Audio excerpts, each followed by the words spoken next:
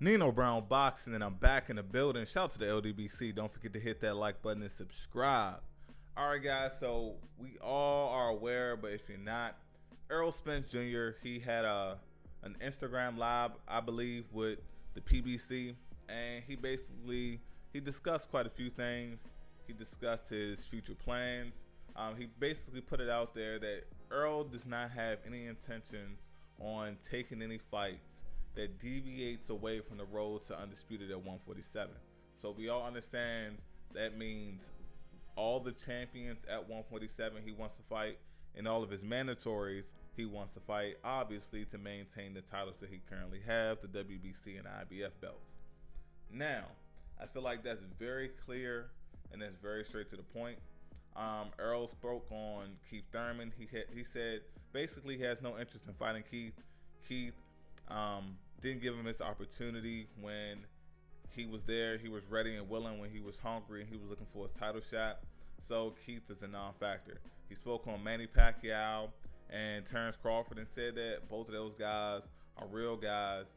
You know, he specifically mentioned Terrence Crawford when he said it's no ducking on both sides, but he has every plan and every intention, and he will wash Terrence Crawford. Cool. Got that out of the way. Now, Errol also said that his plans are to stay at 147 pounds until he accomplishes his goal. And I respect that. I'm all for it. He said that he'll even cut off his own leg or have his leg cut off in order to continue to make weight. Cool. It shows me the dedication. It's also been, Errol also spoke on like ballooning up in between fights and basically going forward the discipline that will be instilled so that no longer happens. Now, this is what I want to talk about. So I believe, and a lot of people believe, the vast majority of boxing fans believe, you know, we have a few people that pull in different directions.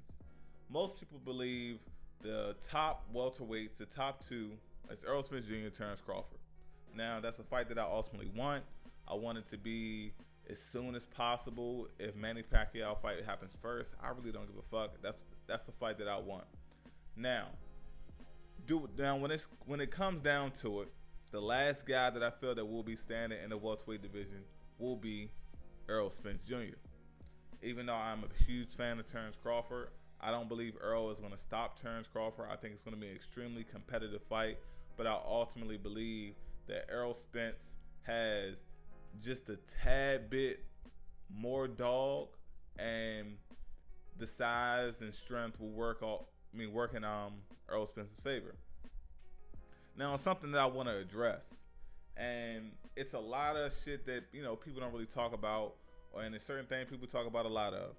Well, it seems like, you know, it's this narrative out there that Nino Brown Boxing is a Jermell Charlo hater. Or people like to say Charlos, but for me specifically, if we're going to be accurate everything, my disdain goes towards Jermell, and I have my reasoning. I know you're wondering, like, how the hell this welterweight video involves Jermell Charlo. I'm about to tie everything together. So, before Errol Spence even got the Kilbrook fight, I had an eye on Errol Spence early on in his career, back in like early 2014 is when I started to really notice Errol. He started to stand out. And I noticed, like, earlier fights in his career, he was fighting above the welterweight limit. So I know eventually, especially with welterweight being his primary weight class, eventually he was going to move up to 154. Now, this was way back when both of the Charlo brothers were with Ronnie Shields.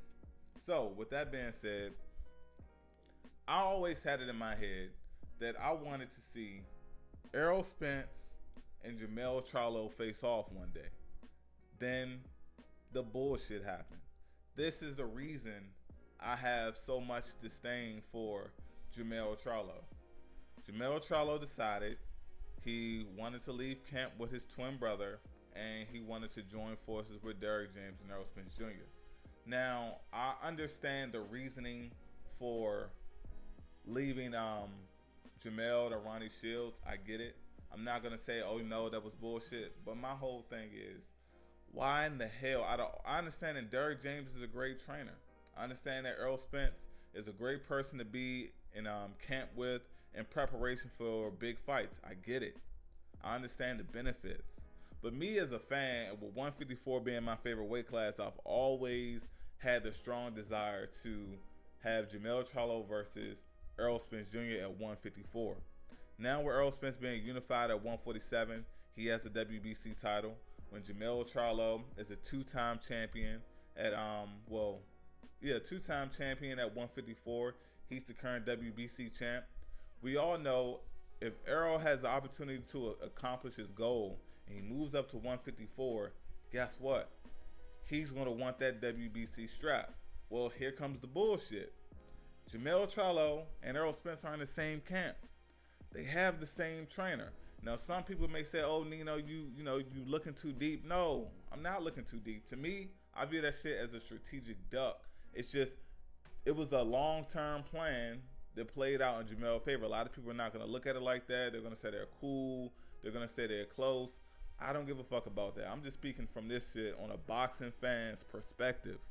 Imagine, prior to Canelo gaining the WBC title at middleweight, right? Or right after he fought Cotto, he beat Cotto at the catchweight. He became the WBC champion, and Canelo decided, hey, I'm going to leave the Reynosos and I'm going to join camp with Abel Sanchez and Triple G.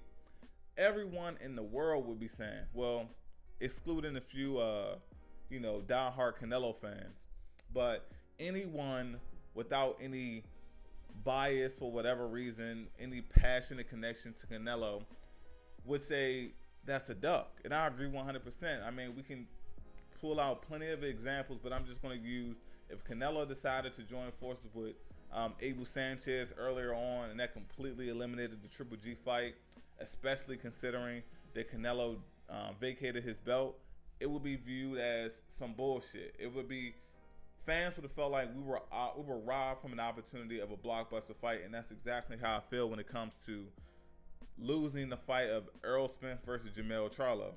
So, do I want to see Errol Spence go to 154? Absolutely. I want to see him face all the tough competition up there.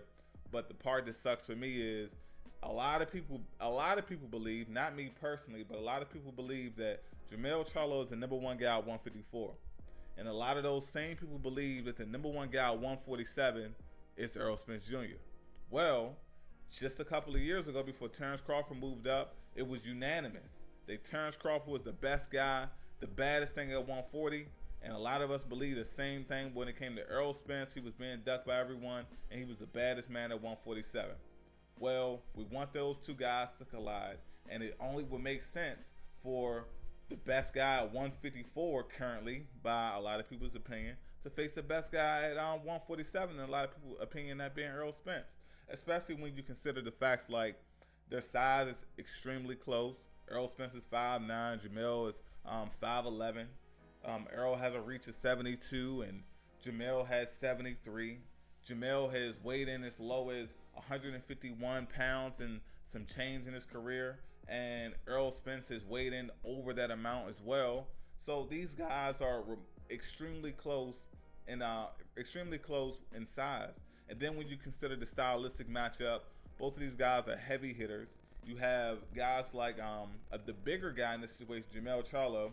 He's had trouble in his career against guys that get in the ring and they tend to have the outboxing style. We've seen the Austin Trout fight. That was a tough majority decision.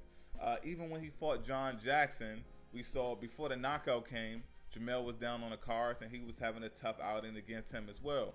Well, the myth when it comes to Errol Spence can't box well, his skills are lacking. That myth was busted against the Mikey Garcia fight.